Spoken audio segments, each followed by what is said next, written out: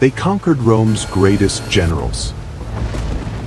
They led armies that shook the foundations of the empire. They were legends in their own time, and then they simply vanished. No graves, no bodies, and no final chapters were written in blood or glory.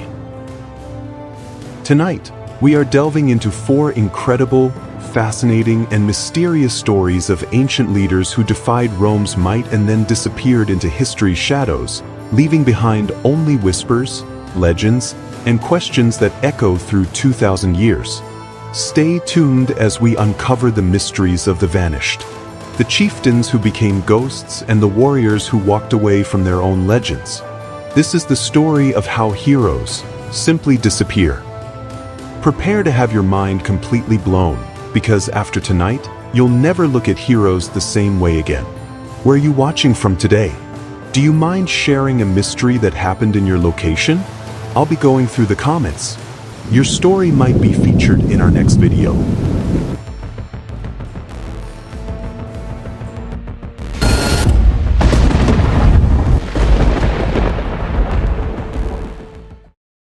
Our story begins with the fierce warrior named Vercingetorix, great king of warriors. He was born into the Arverni tribe around 82 BCE, and he grew up watching his people's ancient world crumble. The Arverni had once been the most powerful tribe in Gaul. They controlled vast territories in what is now central France. They minted their own gold coins and commanded respect from tribes across the Celtic world. But then came the Romans. Vercingetorix's father, Celtillus, had been a powerful chieftain who dreamed of uniting all Gaul under Arverni leadership. The tribal council feared his ambitions and had him killed when Vercingetorix was still young. The boy grew up in the shadow of his father's death. He learned Latin, studied Roman military tactics, and even spent time in Roman camps, watching their legions drill, learning their strengths and their weaknesses. By 58 BCE, when Julius Caesar arrived in Gaul, Vercingetorix had become a skilled warrior and political leader. But he was also something else, a man who understood that his people's freedom was disappearing with every Roman victory. For 6 years, Caesar's legions carved through Gaul like a bloody knife. The Helvetii were crushed, the Belgae were scattered, and the Germanic tribes were pushed back across the Rhine. One by one, the great Celtic nations fell, the Sequani submitted, and the Aedui became Roman allies. Ancient tribes that had fought each other for centuries suddenly found themselves united as Roman slaves. Vercingetorix watched it all. He saw Celtic warriors forced to fight for Rome against their own people. He witnessed entire populations sold into slavery. He observed the systematic destruction of Druid culture. The sacred groves were burned, and the ancient wisdom was scattered. But it was the winter of 53 to 52 BCE that changed everything. Roman tax collectors arrived in the Arverni territory. They demanded tribute that would have bankrupted the tribe. They seized Celtic nobles as hostages, and they treated freeborn Gauls like conquered subjects. The humiliation was complete. The Arverni, who had once dominated Gaul, were now little more than Roman vassals. That's when Vercingetorix made his choice. In early 52 BC, Vercingetorix did something that had never been done before. He sent secret messages to every major tribe in Gaul. Not just his allies, not just his friends. He sent it to everyone. His message was simple: we are all Romans now, unless we act together. The response was extraordinary. Tribes that had been enemies for generations suddenly pledged their support. The Carnutes killed Roman merchants in their territory, the Senans attacked Roman settlements, and the Parisii abandoned their Roman allies. Within weeks, nearly all of Gaul was in revolt. But Vercingetorix wasn't just organizing a rebellion. He was conducting a strategic display in guerrilla warfare. He avoided direct confrontation with Roman legions. Instead, he cut their supply lines. He attacked their baggage trains and forced them to fight in terrain of his choosing. Most brilliantly, he implemented a scorched earth strategy. Celtic towns were evacuated and burned rather than allowed to fall into Roman hands. Food stores were destroyed, crops were torched, and Caesar's army found itself marching through a wasteland of their own making. The siege of Gergovia was Vercingetorix's crowning achievement. Caesar had attacked this hilltop stronghold with supreme confidence. He had never failed to take a fortified position. His legions had stormed cities across Gaul, and Gergovia should have been another routine victory. Instead, it became Caesar's first major defeat. Vercingetorix had positioned his warriors perfectly. When the Romans attacked uphill, they found themselves trapped in a deadly crossfire. Celtic slingers rained stones from above. Archers picked off officers with surgical precision. The Roman assault collapsed, legionaries fled down the hillside, abandoning their wounded, and Caesar himself barely escaped, as his famous luck finally failed him. For the first time in his career, Julius Caesar had been outfought by a barbarian. News of the victory spread like wildfire, and more tribes joined the rebellion. Roman allies began to waver, as the conquest of Gaul, which had seemed complete, suddenly hung in the balance. But Caesar was not finished. He regrouped his scattered forces and pursued Vercingetorix to Alesia, a fortified town on a high plateau.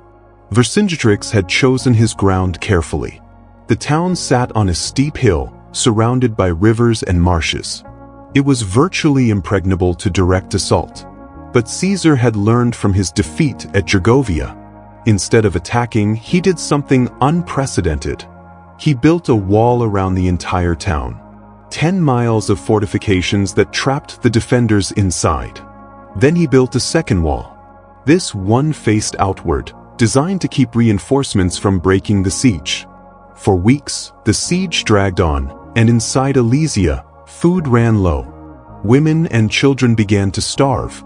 A massive relief army, 60,000 Celtic warriors, hammered against Caesar's outer defenses but couldn't break through. Vercingetorix faced an impossible choice, which was, he could watch his people starve, or he could surrender himself to save them. On October 3, 52 BCE, he made his decision.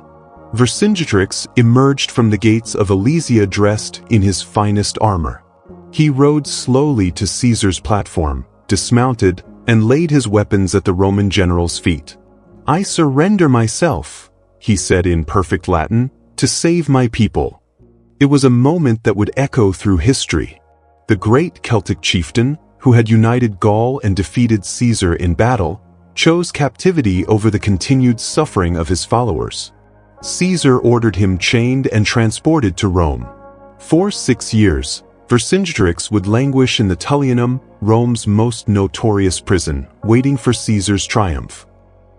In 46 BCE, Caesar finally celebrated his triumph over Gaul. Vercingetorix was paraded through Rome's streets, a living symbol of Roman victory. The crowds cheered as the spectacle was complete. Roman records tell us he was executed after the triumph. Case closed. The legend ended. But here's where the story becomes strange. For a man who had united Gaul and defeated Caesar in battle, his end was remarkably quiet. Celtic legends began to whisper of something else. Druids spoke of a great king who had returned to the mists. Tribal songs claimed he walked among his people again. His chains were broken, and his spirit was undefeated. Some historians believe Caesar may have secretly released him. Others suggest he escaped during the chaos of Rome's civil wars. A few theorize he was never executed at all, that the Romans, respecting his honor, allowed him to disappear into exile. The truth is, we simply don't know. Vercingetorix became something more dangerous than a dead martyr. He became a ghost. A legend that could not be killed because no one could prove he had ever truly died in the hearts of his people. Our next story takes us to a dense forest in what is now Belgium. The Eburones tribe had lived free for centuries. They were Germanic people who had settled in Celtic lands, fierce warriors who knew every tree, every stream, and every hidden path in their territory. Ambiorix was born into this world around 100 BC. His name meant King Protector, and from childhood he was groomed to lead his people. But he was also something else, a student of Roman warfare.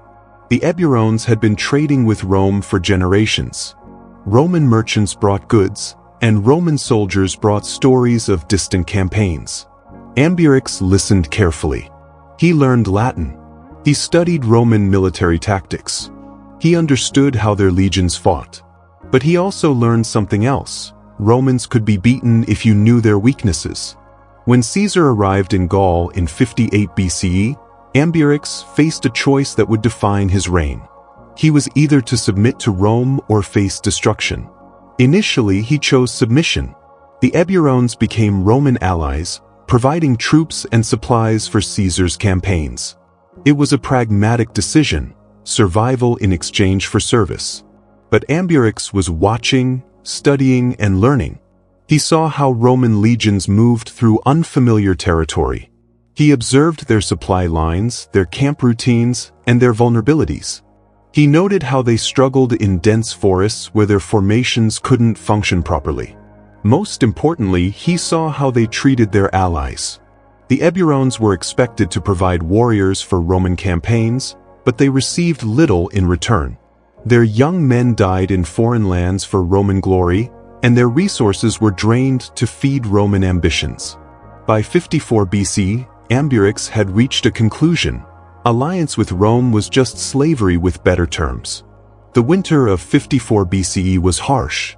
2 Roman legions, the 14th and 15th, were quartered in the Eburones' territory. 15,000 men commanded by Lucius Aurunculius Cotta and Quintus Titurius Sabinus. The Romans felt secure. They were in allied territory, protected by loyal troops. Their camp was well fortified, and their supplies were adequate. They had no idea they were sitting in the center of a carefully planned trap. Ambiorix had spent months preparing. He had secretly contacted other Germanic tribes, promising them Roman weapons and gold if they joined his cause. He had mapped every path through the Ardennes forest and had identified exactly where Roman formations would be most vulnerable. Most brilliantly, he had maintained seeming loyalty to Rome, right up until the moment he destroyed them. On a cold morning in late 54 BC, Ambiorix requested a meeting with the Roman commanders. He arrived with a small escort, appearing nervous and concerned. "Great Romans," he said in fluent Latin, "I come with urgent news. The Germanic tribes across the Rhine are massing for a great invasion. They plan to attack all Roman positions in Gaul simultaneously." He paused, letting the fear sink in. "Your camp here is isolated, poorly positioned. If the Germans attack, you'll be cut off from reinforcements. But I can help you. I can guide you to safety, to the winter quarters of Quintus Cicero. There, you'll be secure until spring." It was a brilliant piece of deception. The lie was logical, believable, and was delivered by a trusted ally. The Romans believed every word. Cotta was suspicious, but Sabinus was convinced. They decided to move the legions to what they thought would be safe. They were marching directly into the most perfectly sprung ambush in military history. The Roman column stretched for miles through the narrow forest valley. 15,000 men, plus baggage trains and support staff. They moved slowly, carefully, through terrain that made proper formation impossible. Ambiorix had positioned his warriors perfectly. Celtic and Germanic fighters hid among the trees. Archers were set in elevated positions, and cavalry were ready to cut off retreat routes. The signal was a war horn that echoed through the forest like the call of death itself. The attack came from everywhere at once. Arrows rained down from the canopy. Warriors charged from behind fallen logs, and the forest itself seemed to come alive with enemies. Roman discipline crumbled in the confined space. Legionaries couldn't form their famous testudo formation, officers couldn't see their men through the trees, and commands were lost in the chaos of battle cries and screaming. Cotta died early in the fighting, an arrow through his throat. Sabinus tried to negotiate, approaching Ambiorix under a flag of truce. The Germanic king listened to his pleas, then had him killed on the spot. The massacre lasted for several days. When it ended, almost 15,000 Romans lay dead among the autumn leaves. Only a handful escaped to carry news of the disaster back to Caesar. When Caesar learned of the destruction of 2 entire legions, his fury was legendary. He had never lost so many men in a single battle. His reputation for invincibility was shattered. He immediately placed an enormous bounty on Ambiorix's head, enough gold to buy a fleet of ships. He ordered the complete destruction of the Eburones tribe, every man, woman, and child. He unleashed every hunter, every tracker, and every bounty seeker in Gaul. "Find him," Caesar reportedly said. "Bring me his head, and I'll make you richer than senators." This statement started the greatest manhunt in ancient history. But Ambiorix had anticipated this. The moment the battle ended, he dissolved into the forest like smoke. He scattered his warriors among friendly tribes. He destroyed his royal regalia. He abandoned his settlements. He became a ghost, moving through the Germanic wilderness with only a handful of loyal followers. Caesar's hunters found nothing: empty villages, cold campfires, and tracks that led nowhere. But the strangest part was the sightings. 4 years after the massacre, Roman patrols reported encountering a Germanic leader who matched Ambiorix's description. Always at the edge of their vision, always fighting against Rome, and always disappearing before capture.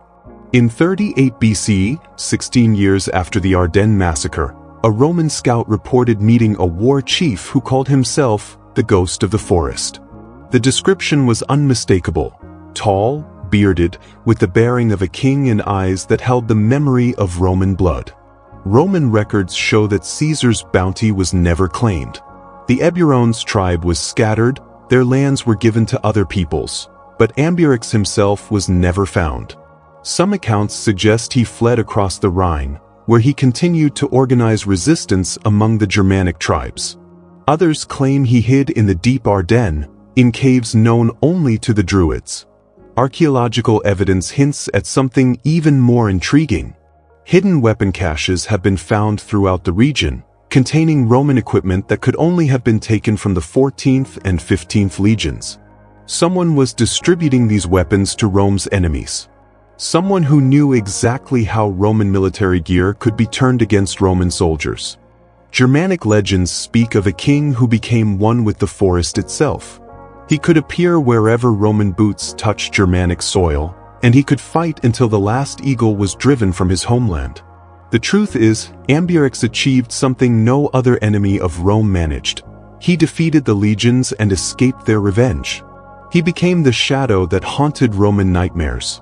The ghost who proved that even the mighty Caesar could be outwitted by a barbarian king who knew when to fight and when to vanish.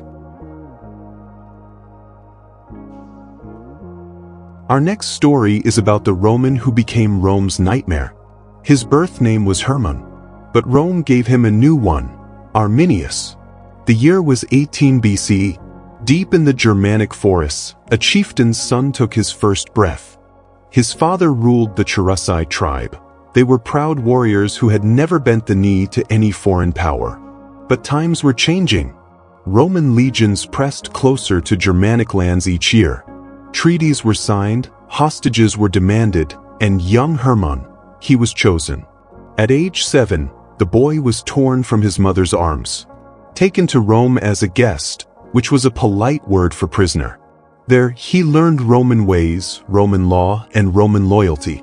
With his knowledge, he would become a bridge between two worlds. The Romans had done this 1,000 times before. They take the sons of conquered peoples, raise them as Romans, and send them back to rule in Rome's name. It was a system that worked. Until it wasn't. In Rome, Hermann became Arminius. He lived in marble halls, ate from golden plates, and learned Latin as fluently as his native tongue. But more than that, he learned war. The Romans taught him their military tactics, how legions moved, how they fought, and how they conquered. He studied their formations, their equipment, and their strategies. He was brilliant, quick to learn and eager to please. His Roman teachers were proud of their Germanic pupil. At 18, he joined the Roman auxiliary forces.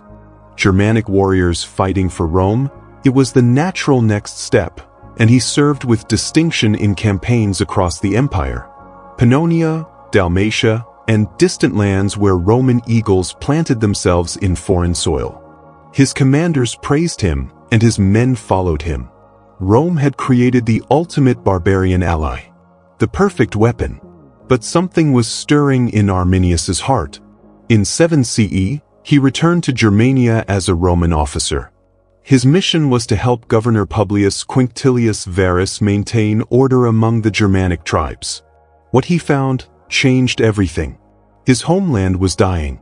Roman tax collectors bled the tribes dry, Germanic children were sold into slavery to pay Roman debts, sacred groves were cut down for Roman timber, and ancient customs were banned as barbaric.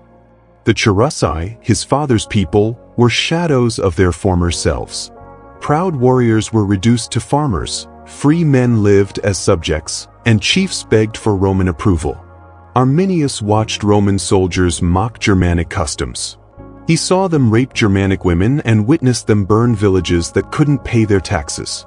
This was what Roman civilization looked like from the inside. Governor Varus trusted Arminius completely. Why shouldn't he? The young Germanic noble was Roman-trained, Roman-educated, and Roman-loyal. He spoke perfect Latin. He understood Roman law, and he had fought for Rome in distant wars. But late at night, in the forest clearings where his ancestors had worshipped, Arminius made a different choice. He began to remember who he really was. Not Arminius the Roman, not the ultimate barbarian ally, but Hermann, son of the Cherusci, born free, raised to be free and destined to die free. The Romans had taught him everything about war. Now he would use that knowledge against them. 4 months, Arminius played his part flawlessly. He advised Governor Varus on tribal matters, helped collect taxes, and settled disputes between Germanic chiefs. But in secret, he was weaving a different web. He sent messages to tribal leaders across Germania. Not just his own people, but everyone. The Bructeri, the Marsi, and the Chatti. Even traditional enemies of the Cherusci. His message was simple. The Romans plan to destroy us all.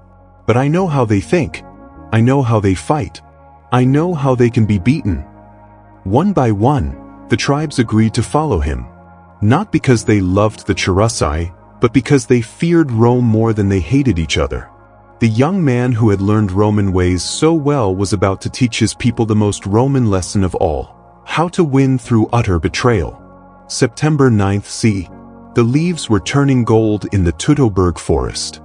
Governor Varus was preparing to move 3 legions to winter quarters, the 17th, 18th, and 19th, 20,000 of Rome's finest soldiers. Arminius came to him with disturbing news. Governor, there's been a rebellion among the distant tribes. They're burning Roman settlements, killing tax collectors. They need to be stopped quickly, before the uprising spreads. Varus frowned. Where? North of here. In the deep forest. But the terrain is difficult. You'll need a guide who knows the paths. Arminius smiled. I know those paths, Governor. I can lead you there safely. It was the ultimate lie, logical and believable, delivered by Rome's most trusted Germanic ally. Varus never suspected he was being led to his death. The Teutoburg forest stretched endlessly and darkly. Ancient trees blocked the sun, narrow paths wound through thick undergrowth, and Roman formations, designed for open battlefields, became long, vulnerable columns. For 3 days, 20,000 Romans marched deeper into the wilderness. They saw no enemies, and there were no signs of rebellion. Just trees, mist, and the sound of their own footsteps. Arminius rode beside Governor Varus, pointing out landmarks, discussing the weather, and making pleasant conversation. But Germanic eyes were watching from the shadows.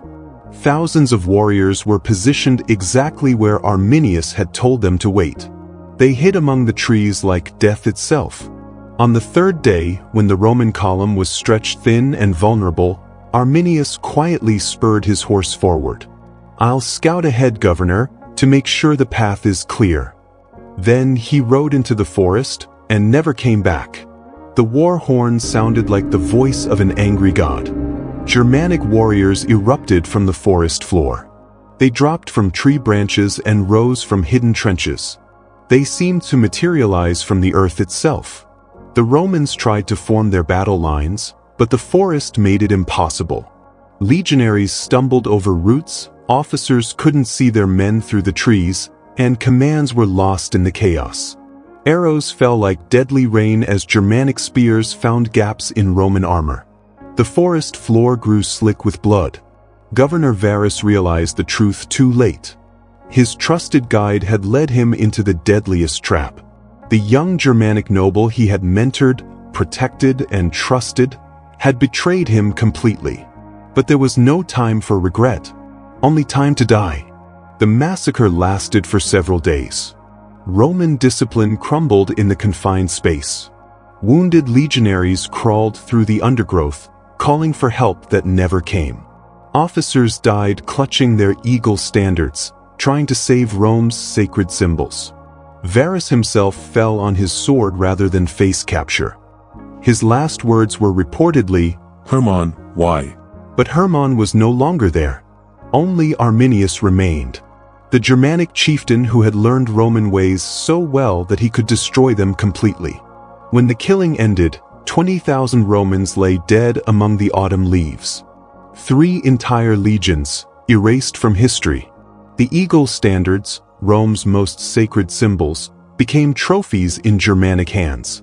News of the disaster reached Rome like a thunderbolt.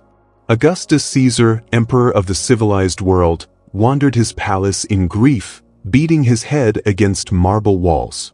"Varus," he cried, "give me back my legions." But Varus couldn't give back what Arminius had taken. The boy Rome had raised had become Rome's greatest nightmare.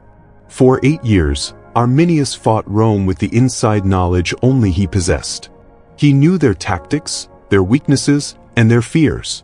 He united Germanic tribes under his leadership, pushed Roman forces back across the Rhine, and made the empire's northern border a bloody, contested frontier. Roman generals came to destroy him. Tiberius, Germanicus, and all Rome's finest commanders. But they fought against a man who understood Roman warfare better than they did. Every time they advanced, Arminius vanished into the forest. Every time they retreated, he struck like lightning. He was everywhere and nowhere. A ghost made of Germanic fury and Roman knowledge. The man who had been Rome's ultimate ally had become their greatest enemy. Then, in 21 CE, Arminius simply disappeared. Roman historian Tacitus wrote that he was killed by his own kinsmen. Germanic nobles, jealous of his power, supposedly assassinated him. But Tacitus was writing a century later. He had no witnesses and no definitive proof, just stories passed down through generations. The Germanic tribes told different tales. Some claimed their liberator had grown tired of war and retreated to sacred groves. Others whispered that he had sailed across the northern sea to lands beyond Roman reach. A few believed something else entirely, that Arminius had faked his death and continued fighting under a new name. What we know for certain is this. After 21 CE, Arminius vanished from history as completely as if he had never existed.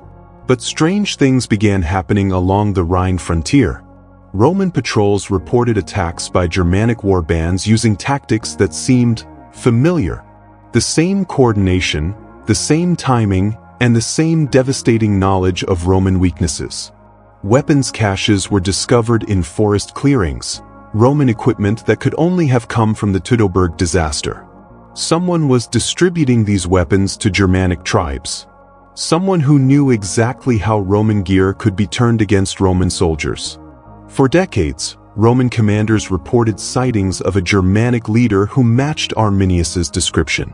Always at the edge of battles, always fighting against Rome, and always disappearing before capture. Germanic legends spoke of a great chieftain who had walked between worlds, visible to his people but invisible to his enemies. They claimed he would appear whenever Germanic freedom was threatened, then vanish like morning mist. Perhaps the truth is simpler than we imagine. Perhaps Arminius achieved something no other enemy of Rome managed. He learned their greatest strength and made it his own. Rome conquered through assimilation. They took the sons of their enemies, raised them as Romans, and sent them back to rule in Rome's name. But Arminius turned this strength into weakness. He became the perfect Roman, and then used that perfection to destroy them. He proved that the greatest betrayals come not from strangers, but from those we trust most completely. The boy who learned too much. The ally who remembered too well. The Roman who never forgot he was Germanic. In the end, Arminius didn't just vanish from history. He became something more dangerous than any living enemy. He became the proof that Rome's greatest strength could become its greatest weakness. He became the shadow that reminded every empire that the weapons you give your enemies might one day be turned against you.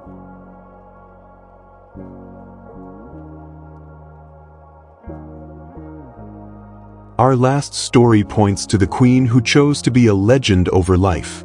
She was born into a world of Celtic gold and Roman promises. Her name was Boudica, victory, in the ancient tongue. She grew up in the lands of the Iceni, in what the Romans called Britannia. It had rolling green hills, sacred groves, and rivers that ran silver in the morning light. The Iceni were not conquerors, traders, and skilled metalworkers who crafted jewelry that glittered like captured stars. Their king, Prasutagus, was a practical man who believed in peace over war and profit over glory. When the Romans came to Britannia in 43 CE, Prasutagus made a choice that would shape his kingdom's fate. He submitted without a fight, became a client king under Roman protection, and kept his crown in exchange for Roman taxes. It seemed like wisdom. The Iceni kept their lands, their customs, and their freedom. Roman soldiers protected them from hostile tribes. Roman merchants brought new goods, new ideas, and new opportunities. Young Boudica married King Prasutagus and bore him 2 daughters. She learned to speak Latin, she wore Roman jewelry, and she believed in Roman justice. But she had no idea what Roman justice really meant. For 17 years, the arrangement worked. The Iceni prospered under Roman protection. Their metalwork was prized across the empire, their lands were peaceful, and their king was respected. But in 60 CE, everything changed. King Prasutagus lay dying. His final act was meant to secure his people's future. He wrote a will dividing his kingdom in half, one portion for Rome and one for his daughters. It was a careful compromise. Rome would get its share. The Iceni would keep their freedom as his daughters would rule as client queens under Roman protection. Then, Prasutagus died believing he had saved his people. But he was wrong. The Roman officials came like vultures after the funeral. They didn't come to honor the will. They came to take everything. Client kingdoms, they announced, exist only during the lifetime of the client king. Upon his death, all properties revert to Rome. Boudica protested, asserting that her husband's will, witnessed by Roman officials, had divided the kingdom according to Roman law. However, the Roman procurator, a thin man with cold eyes, simply smiled, stating that Roman law served only Rome, and her husband's will was meaningless. Boudica then questioned her daughter's inheritance, only to be told they were barbarian half-breeds with no rights under Roman law. Something inside Boudica broke. She reminded him of their 17 years of loyal alliance and their paid taxes and followed laws, but her words were cut short by the procurator's sharp voice. He commanded her silence, insisting she speak only when spoken to, obey Roman authority, and be grateful for Roman mercy. When Boudica declared herself a queen, the procurator retorted that she was merely a barbarian, and barbarians do not speak to their betters. What happened next would echo through history like a scream. Roman soldiers dragged Boudica from her hall. They stripped her to the waist and tied her to a wooden post in the center of her own town. Then they flogged her, publicly, in front of her people and her daughters. The whip cracked against her back. Skin tore. Her people watched in horror as their queen was beaten like a common criminal. But the Romans weren't finished. They seized her daughters, girls of 14 and 16. beautiful, innocent, and raised to believe in Roman justice. The soldiers dragged them into the royal hall. What happened next? The Roman accounts are brief, but the screams that came from that hall told the story that words could not. When it was over, Boudica hung bleeding from the post. Her daughters lay broken in the dirt, and her people stood in stunned silence. The Roman procurator watched it all with satisfaction. This is what happens to those who question Roman authority. Let it be a lesson to all. He was right. It was a lesson, just not the one he intended. They left Boudica tied to the post for 3 days. Her back was bruised and bleeding, her throat was parched, and her daughters lay unconscious in the mud. But something was happening in her eyes. Something the Romans had never seen before. Rage. Pure, unyielding, terrifying rage. Not the hot anger of a moment. Not the grief of a mother. But something deeper. Something that burned cold and steady like a forge fire. The Romans had made one crucial mistake. They had assumed that breaking a queen would break her people. Instead, they had created something far more dangerous. They had created a queen with nothing left to lose. When they finally cut her down, Boudica could barely stand. Her back was a mass of scars, and her voice was hoarse from screaming. But her words carried across Britannia like wildfire. She stood before her people, commanding their gaze. Her voice, though pained, resonated with the stark truth of Roman brutality, detailing the horrific toll Roman justice had exacted upon their queen and the cruel mercy inflicted upon her princesses. With a defiant gesture towards her barely conscious daughters, she laid bare the bitter fruit of 17 years of unwavering loyalty and the true cost of peace with Rome. Her voice grew, condemning Rome's contempt for Celtic honor and law. Around her, Iceni warriors stirred, a mix of restless defiance and open grief gripping their hearts and weapons. Boudica confessed her folly, her past belief in Roman promises and law, and her mistaken trust that submission would ensure their survival. Yet, despite her grievous wounds, she straightened, embodying every inch the queen she was. She declared the invaluable lesson Rome had taught her: there was no true peace with them, only the bleak choice between slavery and death, between dying on one's feet or living on one's knees. The crowd remained silent, their collective breath held, waiting. Then, with unwavering resolve, she gave them a choice: to die fighting. The message spread like lightning across Celtic Britannia. Queen Boudica was calling for war. Not just the Iceni, all the tribes. All the people who had suffered under Roman rule. The response was immediate and overwhelming. The Trinovans came first. Their sacred capital, Camulodunum, had been seized by Roman veterans. Their people had been driven from their lands, and their temples had been destroyed. The Trinovans joined first. Other local tribes rallied too. Celtic warriors who had watched their world change, their freedom disappear, and their children grow up as Roman subjects. Not just warriors, but families, entire communities. Many chose death in battle over a life in chains. Within weeks, Boudica's army swelled. Roman sources claim over 100,000, a huge force that chose war over surrender. Boudica's first target was symbolic: Camulodunum, the Roman capital of Britannia. The city was defended by a few hundred Roman veterans. They had grown fat and lazy in their retirement. They had no idea what was coming. The Celtic army appeared at dawn like a living nightmare. Painted warriors, screaming women, and chariots that thundered across the field like rolling thunder. The Romans tried to form battle lines, but they were overwhelmed by sheer numbers. The attack was not just military, it was personal. Decades of humiliation, taxation, and cultural destruction poured out in one terrible flood. The city burned. Every Roman citizen who couldn't flee was killed. The great temple of Claudius, a symbol of Roman power, was reduced to ash and rubble. But Boudica was just getting started. Londinium was next. The bustling Roman trading post had grown rich on Celtic labor, Celtic resources, and Celtic blood. The Romans had perhaps 6 hours warning. Panic swept through the streets, merchants abandoned their shops, and officials fled toward the coast. Anyone who could run ran. But not everyone could escape. Boudicca's warriors poured through the city like a flood of fury. They killed every Roman they found. They burned every building and destroyed every symbol of Roman occupation. Archaeological evidence still bears witness to the destruction. A layer of burned debris, red clay mixed with ash, marks the moment when Celtic rage consumed Roman ambition.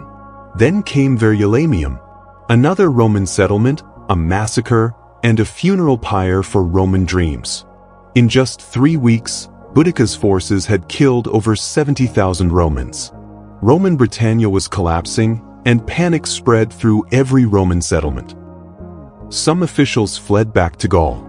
Others barricaded themselves in their villas and waited for death, while a few began to wonder if the conquest of Britannia had been a mistake. But Boudicca had become something more than a rebel queen. She had become the living embodiment of Celtic fury. Roman historians describe her as terrifying to behold. Tall and fierce, with flame-red hair that flowed like a river of fire. She wore a golden torque around her neck and a multicolored cloak that shimmered in the light. She rode a war chariot, and her voice carried across battlefields like the call of a war goddess. Her people followed her not just as a leader, but as a symbol of everything Rome had tried to destroy. "We fight not just for our lives," she told her warriors, "but for the memory of who we were, for the hope of who we might become again." She had transformed personal tragedy into tribal legend, individual suffering into collective rage, and a queen's humiliation into a people's war. Governor Suetonius Paulinus was Rome's finest general. He had conquered Wales, destroyed the Druid strongholds, and proven himself in a dozen campaigns. But he had never faced anything like Boudicca.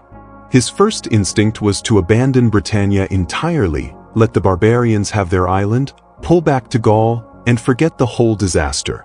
But Rome doesn't abandon provinces, Rome doesn't retreat from barbarians, and Rome certainly doesn't let queens humiliate the empire. Paulinus gathered every available soldier, legions from Wales, and auxiliaries from the continent. Anyone who could hold a sword and call himself Roman. He chose his ground carefully, a narrow valley where Boudicca's numbers would work against her, a ground where Roman discipline could face Celtic fury on equal terms. The final battle would decide the fate of Britannia. The two armies faced each other across a windswept field. On one side, 10,000 Roman soldiers.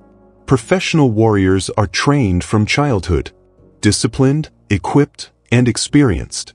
They were the finest military machine the world had ever seen. On the other side, 100,000 Celtic warriors. Men, women, and children who had chosen death over slavery, families who had decided that freedom was worth any price. Boudicca rode her chariot along the Celtic lines. Her daughters stood beside her, scarred but unbroken, living symbols of Roman brutality and Celtic endurance. She surveyed her people, her gaze encompassing all they had collectively forged. It was more than an army, it was a nation. More than mere warriors, they were a truly free people.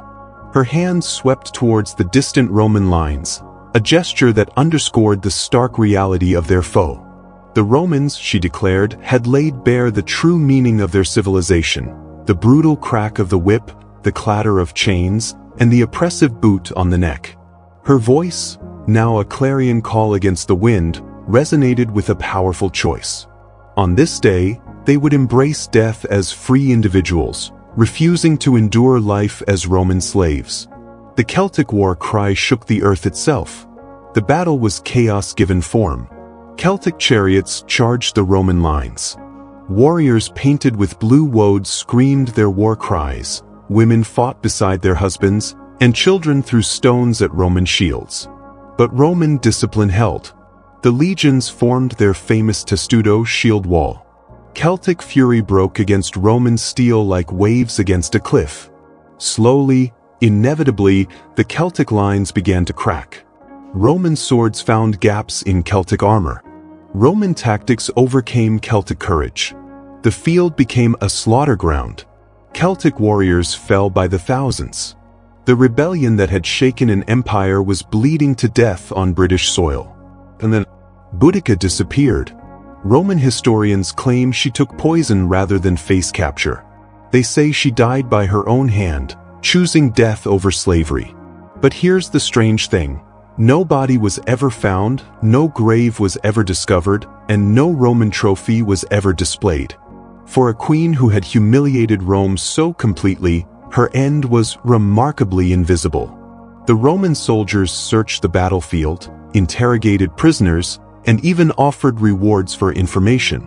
But Queen Boudica had vanished as completely as if she had never existed. Some said she had died in the fighting, her body lost among the thousands of dead. Others claimed she had escaped with a few loyal followers. A few whispered that she had been seen fleeing toward the coast, seeking ships to carry her to safety. But the strangest rumors spoke of something else entirely. Celtic druids claimed their queen had been taken by the gods, that she had walked into the sacred mists and become part of the eternal story of resistance.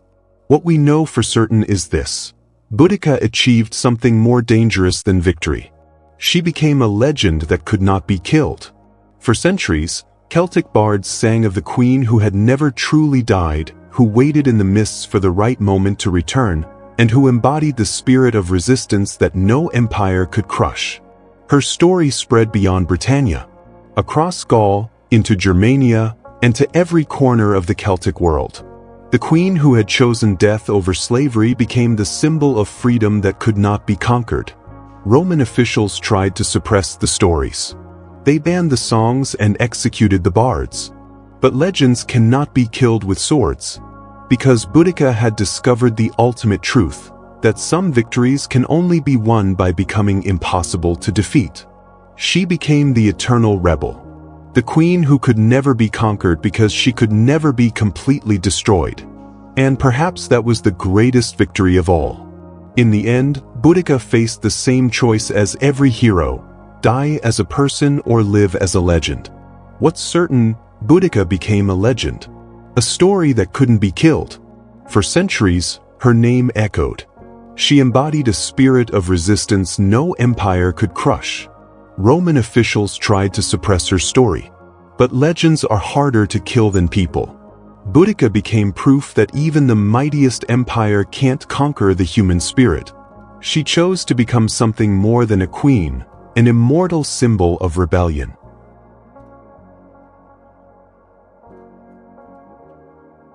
For leaders, 4 mysterious ends. Vercingetorix was executed by Rome, but his spirit of resistance lived on. Ambiorix was never caught. Arminius's assassination remains murky. And Boudica? No body, no grave. It's as if history conspired to keep their fates a mystery. Perhaps the deeper question isn't how they vanished, but why their stories resonate so powerfully. 2,000 years later, we're still talking about them, still wondering what happened. They achieved something no monument could. They became unforgettable by becoming impossible to pin down. They live in that space between fact and myth. And maybe that's exactly where they wanted to be.